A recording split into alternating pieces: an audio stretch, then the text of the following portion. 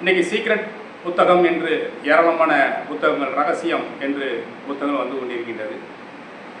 ஒவ்வொன்றும் மனிதனுடைய மனங்களில் நடக்கக்கூடிய விஷயங்களை பேசிக்கொண்டிருக்கின்றது. ஆனால் இந்த குரான் அந்த ரகசியங்கள் எல்லாம் கடந்த ஒரு சீக்ரெட் இந்த குரான் வந்து நம்மளுக்கு சொல்லுது. ஒரு வரியில், ஒரு வசனத்தில் அது சொல்லி முடிக்குது.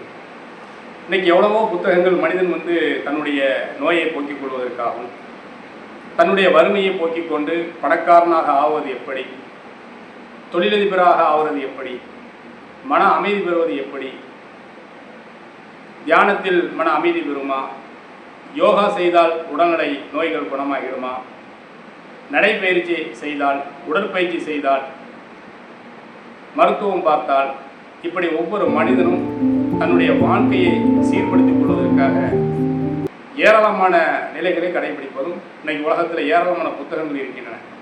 Follow in Instagram.